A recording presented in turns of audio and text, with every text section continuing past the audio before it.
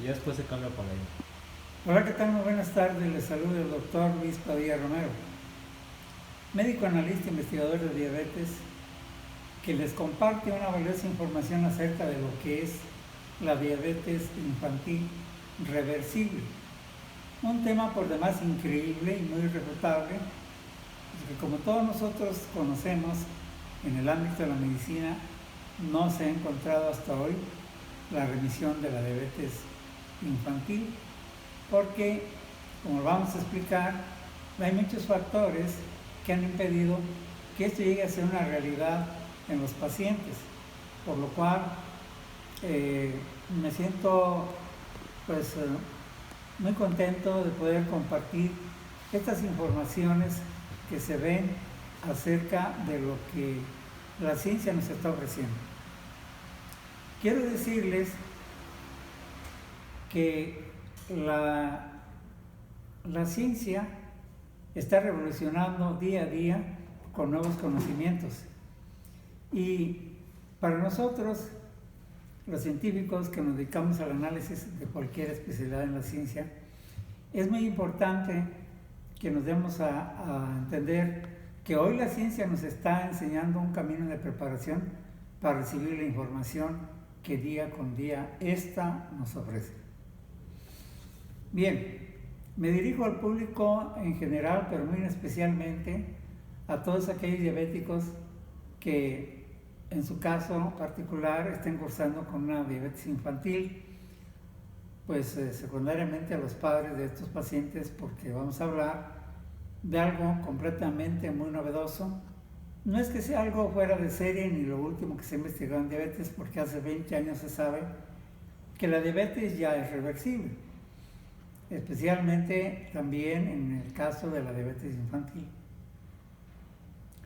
Es muy importante que nosotros podamos reconocer que es muy complicado y bastante imposible que los pacientes comprendan lo que la ciencia trata de explicar con términos tecnológicos que no entienden los propios pacientes ni los padres de estos niños enfermos de diabetes infantil. La diabetes infantil es una enfermedad crónica degenerativa que se le ha considerado a través de la medicina como una enfermedad que procede de la herencia genética y del ambiente, del medio entorno en que viven estos pacientes. Vamos a demostrar por medio de la neurociencia, de la epigenética, de la neuroplasticidad cerebral, de la psiconeuroinmunología, que son ramas de la ciencia médica que hoy nos están ofreciendo la oportunidad de conocer cómo es que ya se descubrió la metodología científica que lleva a la reversión diabética a estos pacientes. Decir que a un niño, de la edad que sea, de 3 años a 25 años, pueda dejar de aplicarse insulina porque ya surgió un procedimiento científico que va a revertir la diabetes, es algo increíble. Pero si nosotros nos sujetamos especialmente a la neuroplasticidad cerebral y a la epigenética, vamos a encontrar como tanto la rama de la física cuántica y de la medicina cuántica lograron descubrir los procedimientos analíticos y científicos que, respaldados por muchas teorías, ya demuestran que el niño puede dejar de aplicarse la insulina. Y para esto es muy importante que las personas que me están siguiendo, que les está interesando esto, pues participen con preguntas donde ellos no se queden con las dudas de lo que se está diciendo hoy en este webinario. Por lo cual, pues es muy importante que reconozcamos que a veces por causa de una información una persona no puede lograr un objetivo, y creo que es el caso de la diabetes infantil, que los padres quedaron convencidos de que sus hijos se iban a poner prolongadamente las dosis de insulina para poder sobrellevar la vida endocrina, la vida metabólica, de estos niños. Y para mí es muy importante que yo me dé a entender de que existen 3 procedimientos que clínicamente están demostrando por pruebas de laboratorio y de inmunología cómo el páncreas vuelve a regenerar y vuelve a producir insulina endógena que finalmente elimina este padecimiento en los enfermos. Se dice fácil y se cree poco de que esto sea una realidad para los infantes. Pero con lo que voy a demostrar en lo que resta de esta exposición, quiero darme a entender y quitar las dudas de las conciencias de las personas que no creen en esto, especialmente los médicos, porque yo soy médico cirujano desde 1977 y a partir de muchos años yo nunca creí que pudiera avanzar tanto la ciencia como lo estamos viendo ahora, con la inteligencia artificial, con la radiología magnética, con la resonancia magnética, las tomografías computarizadas, que ya se puede estimular las áreas cerebrales para ver el comportamiento de las emociones, sentimientos, pensamientos y experiencias que tiene el cerebro humano, especialmente en los niños que padecen esta enfermedad. Por lo cual, pues vamos a ir desglosando poco a poco esta realidad, porque todavía para mucha gente esto no puede ser cierto y lo más cruel es que creen que esto no es para ellos. Revertir un padecimiento crónico y degenerativo implica hacer cambios no tanto de la naturaleza biológica, celular, de los tejidos o de los órganos que están dañados, sino también ir a la parte filosófica, a la parte del alma, a la parte del espíritu de ese padecimiento. ¿Y qué tiene que ver el alma y el espíritu en cuanto a una creencia religiosa con una evolución clínica de un organismo que está dañado? Nosotros podemos comprender que el alma y el espíritu que moran dentro de un cuerpo humano son la capacidad de una inteligencia cognitiva donde el cuerpo humano cobra conciencia. Y al estar consciente el cuerpo humano de que tiene un padecimiento, simplemente de que está en una existencia, eso demuestra que en ese organismo hay una energía de salud o de enfermedad, pero está ahí. Entonces el médico debe ir hacia la parte que nosotros los científicos llamamos primogenitura etiopatogénica de la enfermedad. Si el médico conocedor de la epigenética de la neurociencia se profundiza hacia las partes más pequeñas de nuestro organismo, porque se me pasaba decirles, y perdónenme la omisión de esto, el universo está constituido por millones de galaxias, millones de soles, de estrellas, que contienen enormes campos oscuros de energía. Y en esos espacios, en esas dimensiones de tiempo del universo, está el hombre. Y el hombre está constituido obviamente pues, de las mismas materias que contiene el universo, es decir, átomos, concretamente átomos, no nos vamos a mover de ahí. Esos átomos contienen una información que el mismo universo da. Y al contener esa información, es una información que nace en esos campos de los que yo explicaba hace un momento, que son unos campos de energía electromagnéticos de donde cobra vida una emoción, una experiencia, un sentimiento, un estado de ser de una mente consciente humana. Hablando de lo que es la diabetes infantil, nos vamos a referir a que esos campos electromagnéticos poseen unas fuerzas de móviles invisibles cuánticas, es decir, tienen átomos vivientes, entre comillas vivientes, porque no están muertos los átomos. Y los átomos están correlacionados con unas partículas más pequeñas porque antes se creía hace muchos años se creía que los átomos estaban huecos. Pero la ciencia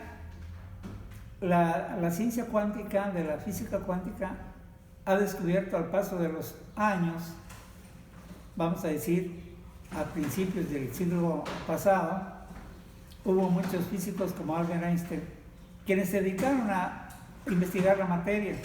Y ellos se dieron cuenta que el átomo no estaba hueco, sino que tenía electrones y fotones, que tenía quarks, neutrinos y otras partículas muy pequeñas que no puedo enunciarlas en este tema, porque se alargaría la plática, pero que están relacionados con el sistema nervioso, donde una célula del cerebro que se llama neurona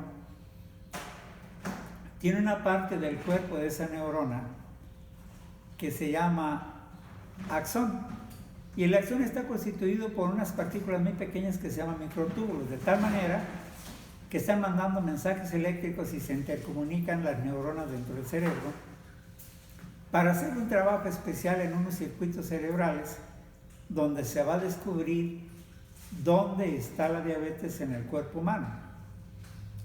Por lo tanto, vamos dando la idea de que la diabetes es invisible, es energía, es información, pero que a través de esos campos de fuerzas móviles invisibles se puede transformar de energía a materia, algo que me es muy difícil explicarlo y que es muy largo de hacerlo también aquí. Bien, perdón. Cuando la diabetes se va a instalar en un niño, puede ser de dos orígenes. El primero, porque está constituido por una herencia genética que puede ser por los padres, que heredan en los cromosomas, que son unas partículas de proteínas que hay dentro del organismo, y eso es una forma como hay una predisposición genética para que el paciente contraiga la enfermedad. La otra causa por la que se ha investigado que se produce la diabetes en los niños es por el medio entorno, es decir, las relaciones que guarda el organismo por medio de la alimentación, por medio de los estados de ánimo, por medio de muchos conflictos psicológicos. Esto tiene que ver la forma como también se instala la diabetes en los niños, especialmente que ahora está muy de moda la alimentación chatarra, por medio del cual los niños aumentan de peso, alteran su metabolismo, tienen síndromes de obesidad, síndromes metabólicos y un conjunto de aspectos neurológicos que se van englobando a cada momento para hacer más complicada esta enfermedad. Ahora bien, la gran mayoría de los médicos y los padres conocen que esta enfermedad se da por la carencia de insulina que se produce en el páncreas. El páncreas está constituido por una serie de tejidos donde unas células que se llaman células beta son las encargadas de producir la insulina.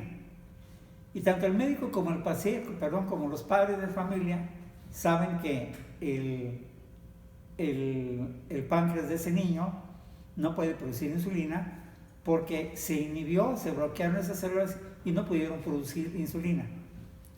Tardaron muchos años, quizá más de 20 años, en diferentes universidades de Oxford, de Harvard y de muchos lugares más, en entender por qué los genes que se encargaban de la producción de la insulina perdían la noción de la información genética y humoral.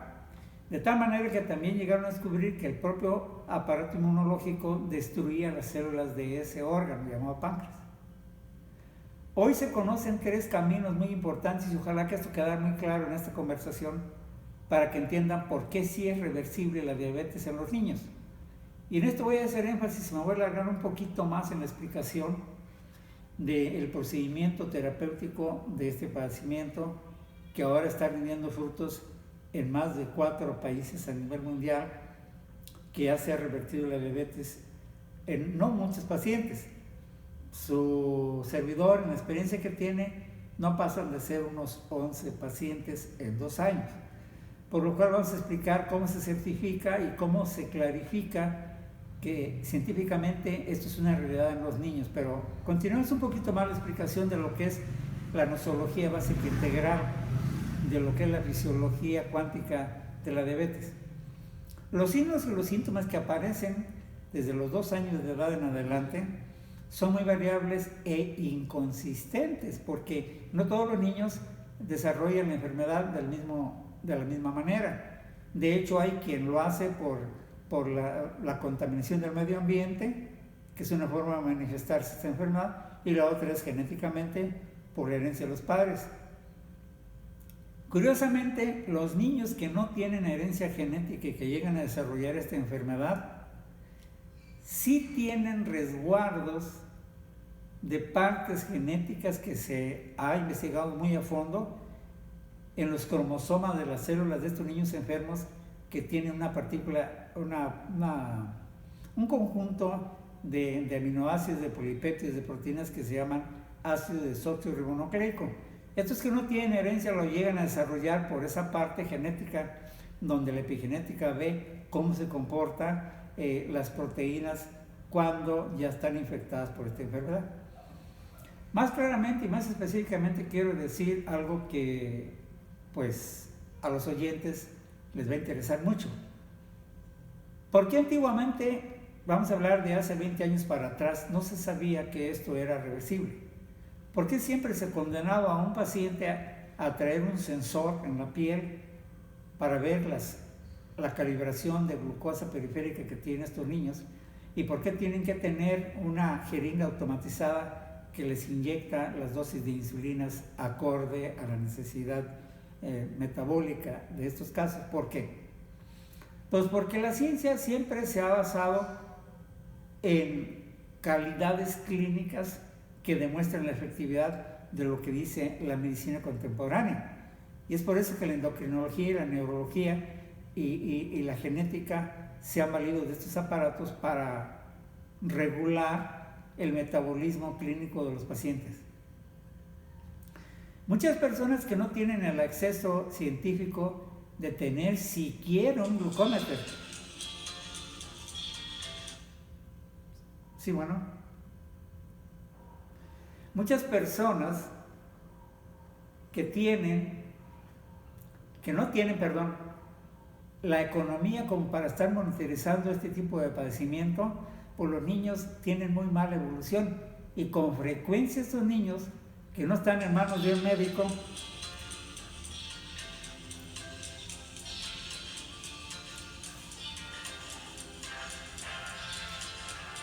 perdón por la interrupción.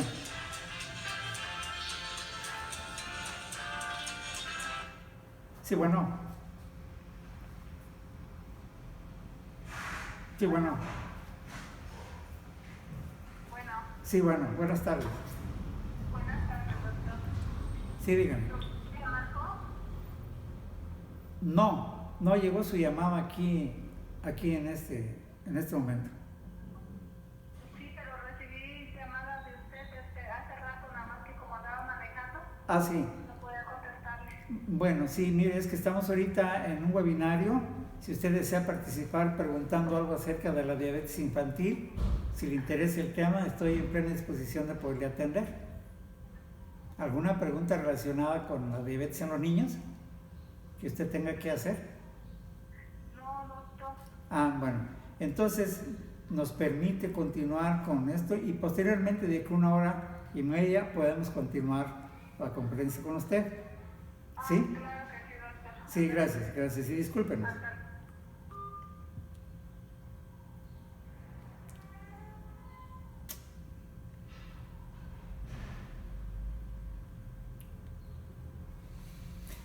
Bueno, sí, continuamos después de esta breve interrupción. Lo que más interesa en esto es que la gente se vaya ubicando, que los familiares de estos niños se vayan ubicando en las conductas médicas a seguir, de cómo esto se puede ir controlando, porque por lo general estos niños requieren de dosis de insulina diarias. Hay varios tipos de insulinas y de acuerdo a lo que el endocrinólogo receta, pues esas son las dosis que se aplican en estos pacientes. Pero repito, hay niños que viven en medios económicamente muy pobres en que ellos sufren muchas descompensaciones, entre ellos la peligrosa cetoacidosis diabética de los niños. Entonces, ¿qué complicaciones pudiera traer el no llevar un control correcto de esta patología en los niños? Pues hay varias, pero voy a hablar de las más interesantes y que probablemente convivan los pacientes con sus padres. Cuando nosotros aplicamos dosis de insulinas en que pueden producir hipoglucemias, en que no controlan las glucosas y a veces estamos en periodos de hiperglucemias, los periodos repetitivos de hiperglucemias producen en las células del cerebro inflamación. Y cuando tenemos una neuropatía cerebral, hay muchos cambios orgánicos en los pacientes, cambios de conductas, cambios de alimentación, cambios del apetito, cambios en los signos y síntomas de su frecuencia de orinadera, la sed con mucha frecuencia, el que aumentan de peso. Todo va a depender del tipo de cómo reaccione la inflamación cerebral de estos pacientes. Por lo general los médicos tienen ya la experiencia cuando un niño llega a un hospital con una cetoacidosis, con una cetonuria, con problemas detectables de primera instancia, y pues establecen el tratamiento que, como ya sabemos, es la insulinoterapia. Bien, lo más importante en este cuadro del manejo de la diabetes es que el niño vaya creciendo con un desarrollo psicosocial adecuado. Es decir, que él no cargue con la reprensión de sus padres, con el enfado, con el rechazo y en algunos casos con las bulimias de que son objeto estos pacientes, de sufrir, por lo cual ellos viven una vida de depresión, una vida de angustia, una vida de fobia, una vida de ansiedad, que es muy difícil rescatarlos en ese estado. Pero precisamente por eso se está hablando esta plática, para que todos los que tengan dudas puedan comunicarse a esta información que se les está dando el día de hoy, porque va a aparecer al final de esta conferencia las redes sociales donde ustedes pueden pedir la información.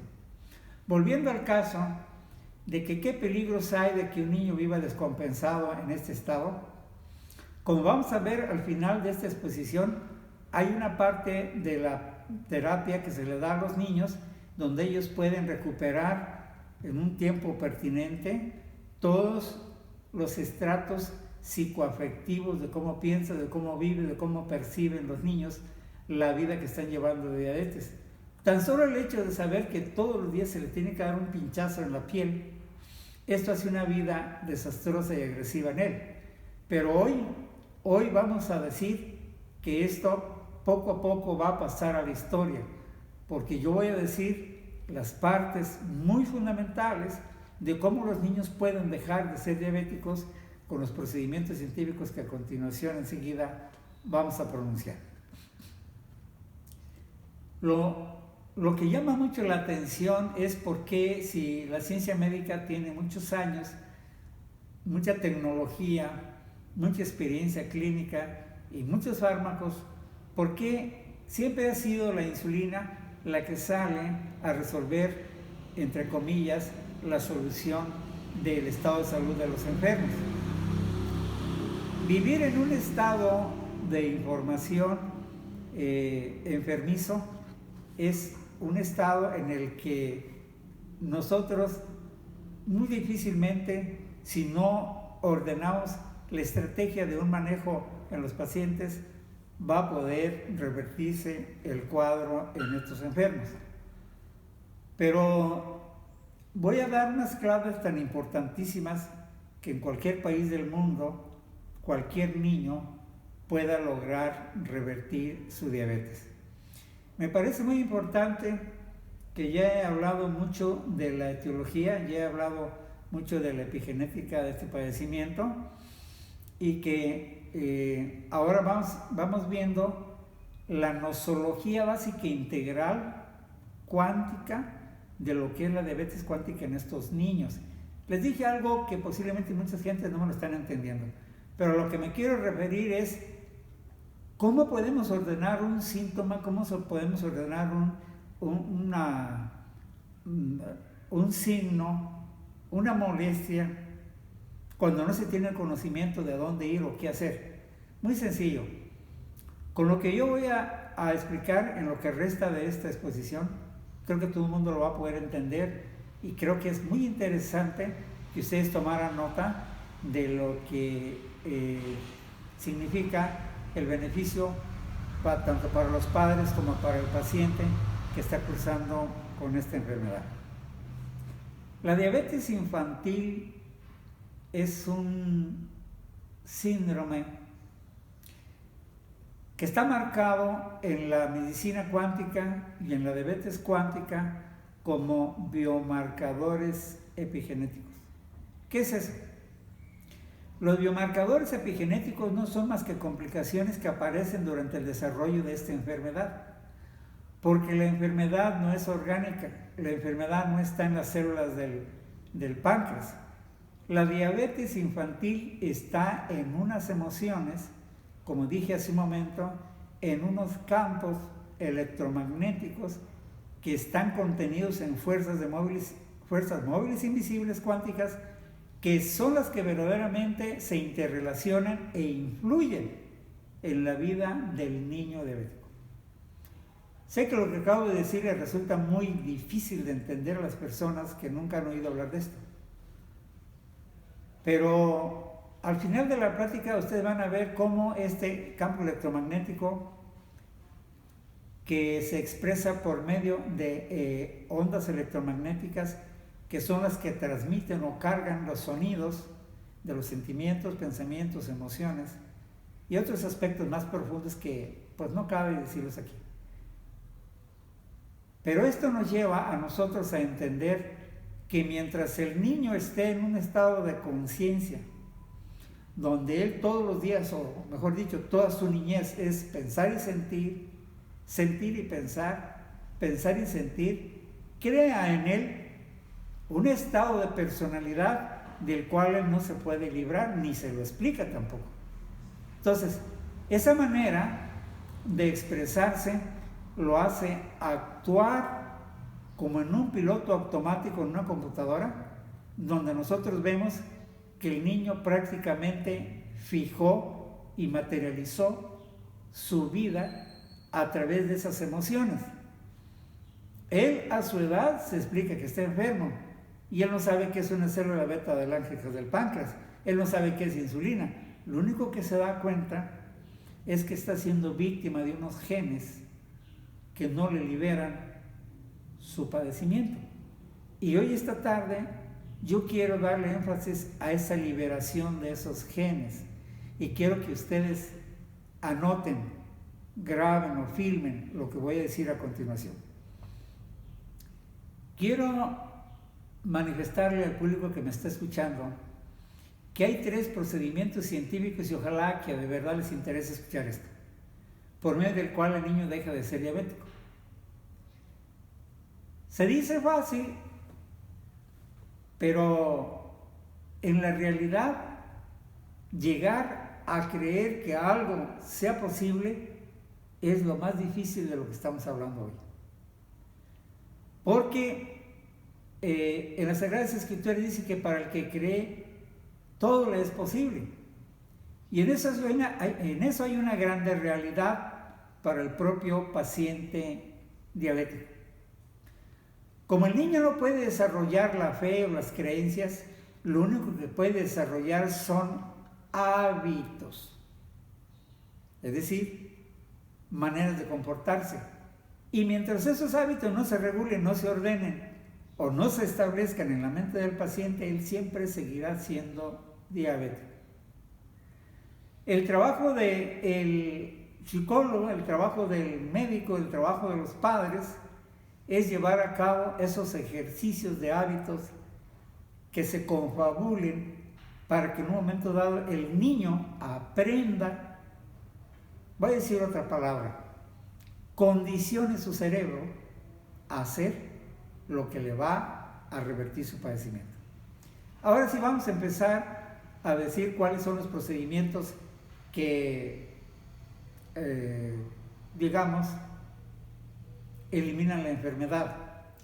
¿Pudieran pensar las personas que me están escuchando y de veras ese procedimiento la quita para siempre? ¿O de veras esa aplicación de insulina se va a suspender toda la vida en ese enfermo? Hay muchas preguntas que pudiera hacer el público y yo con gusto las contestaría.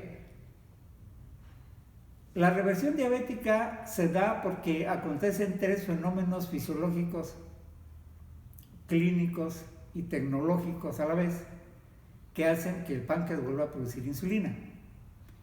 Y como decía, que la diabetes entra a través de unos campos de energía que hay en la mente, que se procesan.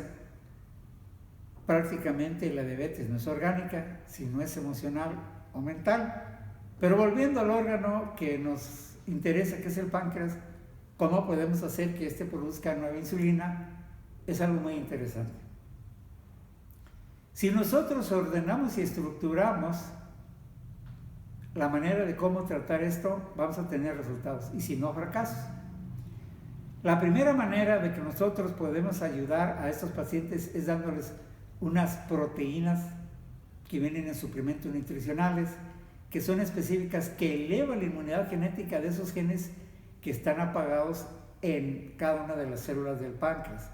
El otro procedimiento es una terapia ayurvédica a través de la cual los niños a esa edad practican unas meditaciones al lado de sus padres, donde va creciendo la raíz de la fe y ellos pueden entender y pueden fijar en un futuro cómo llegan a un suceso donde ellos mismos tienen esa confianza de dejar de ser diabéticos. Es una actividad que se practica por las noches, 3 minutos antes de acostarse el niño, al lado de sus padres.